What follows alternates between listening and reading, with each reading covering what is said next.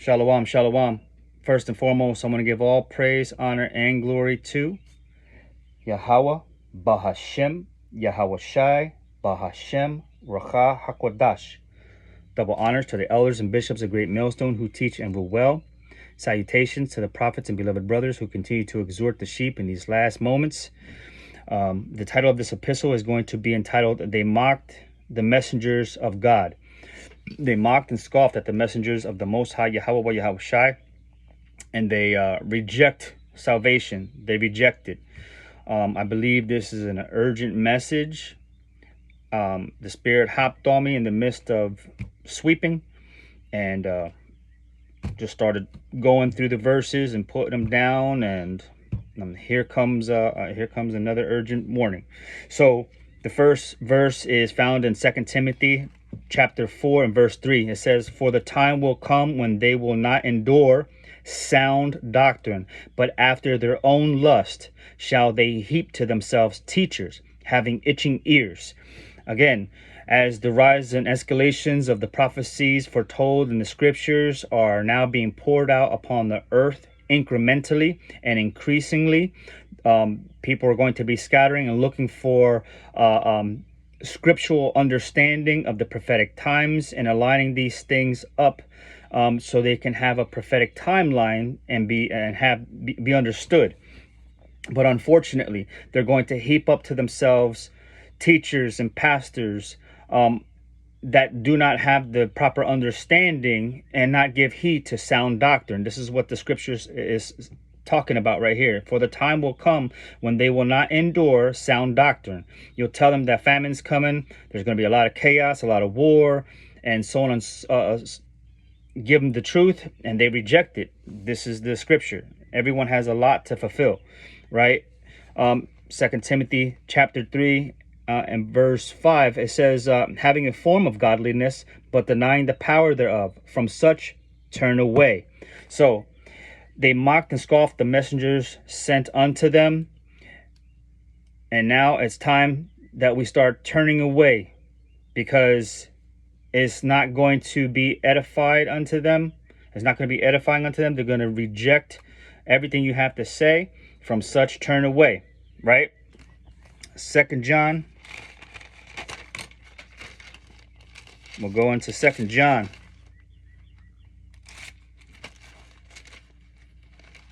They mocked and scoffed the messengers that have been sent unto them to deliver them salvation, but they mocked and scoffed and turned away the shoulder.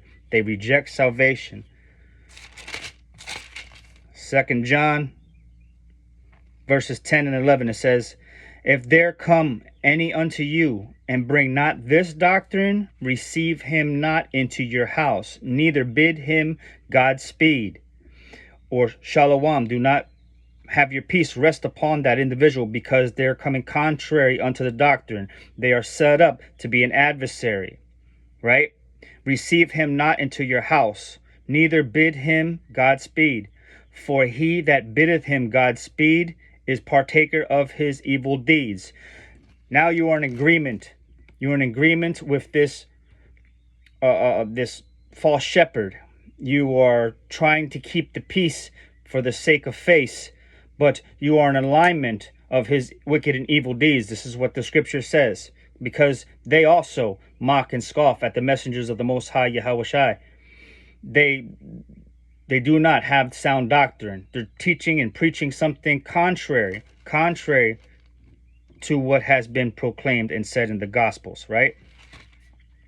Romans, where we at?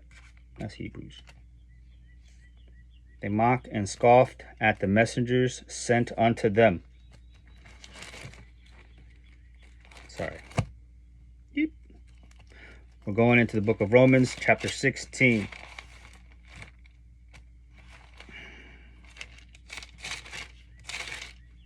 Romans chapter 16, verse 17 and 18. It says, "Now I beseech you, brethren, mark them which cause divisions and offenses contrary to the doctrine which ye have learned, and avoid them. For they that are Such serve not our Messiah Yahushai, but their own belly, and by good words and fair speeches deceive the hearts of the simple.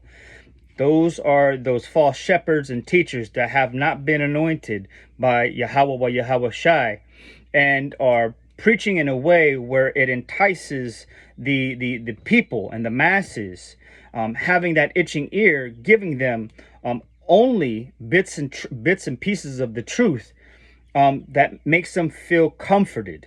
This is contrary to what we're being told to tell you.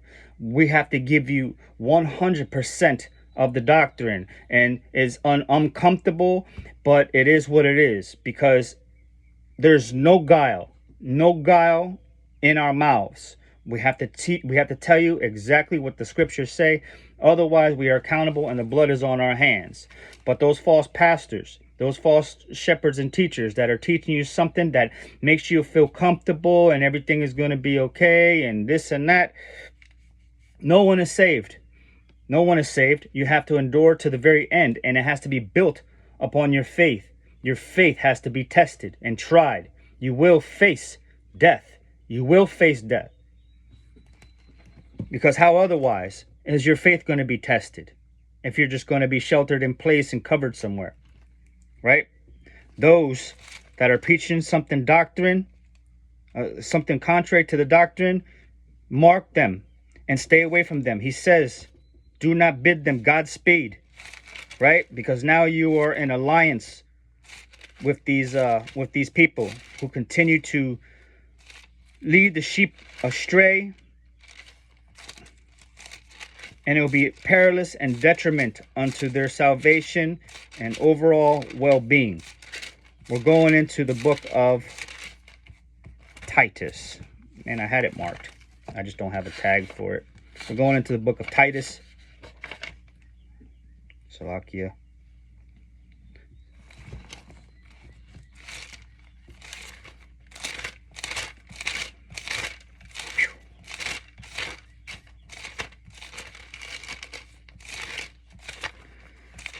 I need to get a tag for that. The book of Titus, chapter 3, verse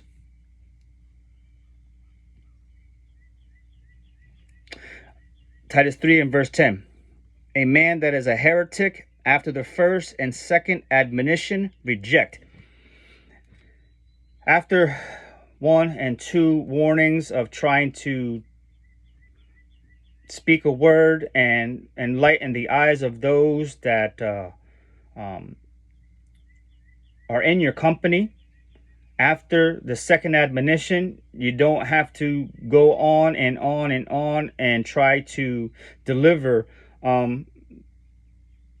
your speech unto them, because ultimately he will be the one that gives the increase if he feels as though that vessel deserves to be increased, depending on their sincerity and their status of repentance in receiving sound doctrine.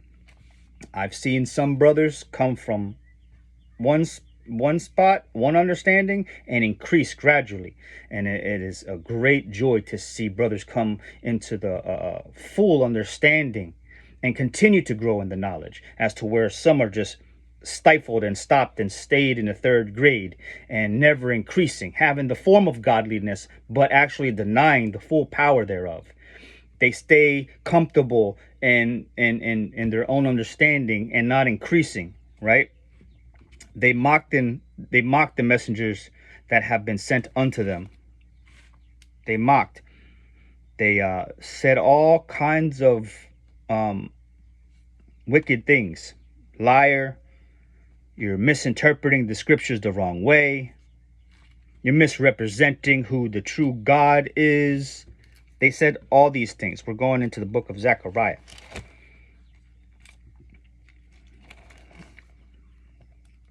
The book of Zechariah, chapter 7 and verse 11. But they refused to hearken and pulled away the shoulder and stopped their ears that they should not hear. So they go and heap up to themselves pastors and teachers because they have itchy ears and because they tell them smooth things that makes them feel comfortable. They stay in the house of mirth, not in the house of mourning. Those that understand that there's going to be a very perilous time of trying and tribulation and the lack of all things, and your faith has to be stretched to the max and filled up. This is why you have to have the full understanding of the scriptures, so that way your faith is on 100. If you're not being tested and tried, if you're not suffering for the sake of Yahushua, you're not being tested, your faith is not being built up, but you're heaping unto yourselves lies, and that is an iniquity, because we're not above our master, Yahushua. He came to suffer. We follow suit, but we do it with long patience, knowing that if we endure to the end, there's a reward waiting for those who have been tried, tested, and battle ready. Ezekiel chapter 12. Ezekiel chapter 12 and verse 2, it says, Son of man, thou dwellest in the midst of a rebellious house, which have eyes to see and see not. They have ears to hear and hear not, for they are a rebellious house. First and foremost, he's speaking about the 2/3 of the 12 tribes of Israel that know that they may be Israelites, led away captive and brought over into this part of the world to serve their captivity because of the transgressions in which our forefathers have committed, but they find a home here. It's the most rebellious spirit. They do not want to return. They do not want to return. Mark them that cause divisions. They have a form of godliness and picked up the doctrines of the world. All these false understandings. There's 1,000,001 churches who preach something contrary to the gospel, and the people continue to sit in those pews and heap up to themselves iniquity. Mark them. After 2 admonishings, you don't have to deal with them. This is what the word says. This is not what I say. And they will be a detriment unto you if you continue to deal with them and they continue to be contentious and reject. They might give you some attention and they like what you say, but there's no changing. They still call on another deity. You tell them this is the name of the Father and the Son, and they still continue to pick up that perverse deity's name. Oh, it doesn't matter, the pronunciation. Well, he says he's going to return us a pure language, and returning that pure language, we're going to have the proper phonetic pronunciation to bring about that pure language, but they reject it. They are marked. 2 Chronicles 36:15 and 16, it says, And Yahweh, our power of their fathers, sent to them by his messengers, rising up betimes and sending, because he had compassion on his people and on his dwelling place.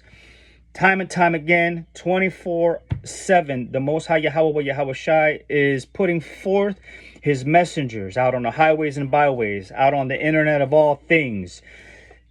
He places us in different parts of the country and different states and has us posted up in places we may not feel comfortable and want to be at. But we do this for our kinsman redeemer, because he has laid down his life for us and prayed for us to endure in these times. So by all means, our body is a living sacrifice unto Yahweh Yahushua. And we prove ourselves over and over again by going through the chastisements, being rejected, being outcast, being labeled all manner of all kinds of things. We do this because we know who we serve and who we fear. Because if we don't fear him, and we fear you who can't bring salvation and who cannot supply us with all the things that we're going to need in these times, we are also going to be lumped up with you and being burnt in that pile of stubble. So 2 Chronicles chapter 16, but they mocked the messengers of the Most High Yahweh and despised his words and misused his prophets until the wrath of Yahweh arose against his people till there was no remedy. These words are not to be glazed over. These are not to be ignored. The same thing has happened before. It is happening now in this very time. So if you can receive the words, clock in and stay glued to what is being presented unto you. The brothers are laboring day and night and bringing forth all kinds of manner of information to line these things up properly for you to be washed, cleaned, your garments be made righteous, and put on the wedding garments. You don't want that strange apparel. You want to be covered in that blood of Yahweh Shai and no other one. There's no other name under heaven which you may be called. There's a different frequency. There's a different spirit in that. These perverse books, they have a different spirit in them too. I don't dare put those names in my mouth. They disgust me. I'm just being real. Just being honest. Yahweh wa Yahweh Shai. This is the name. I want to go to, I don't have it written down, but I want to go to Psalm 69. Psalm 69. This is a prayer, or this is a cry that Yahweh Shai uttered out of his mouth, right? Although he was a lamb and he's seen in the scriptures as a meek man, he's also austere. He has that warlike spirit because he had to endure all these things in the midst of all these people, in the midst of his own people as well, rejecting him. They mocked him, scoffed him, they pulled on his beard, they spat on him, they treated him as they saw him, a lowly servant, right? Psalm 69.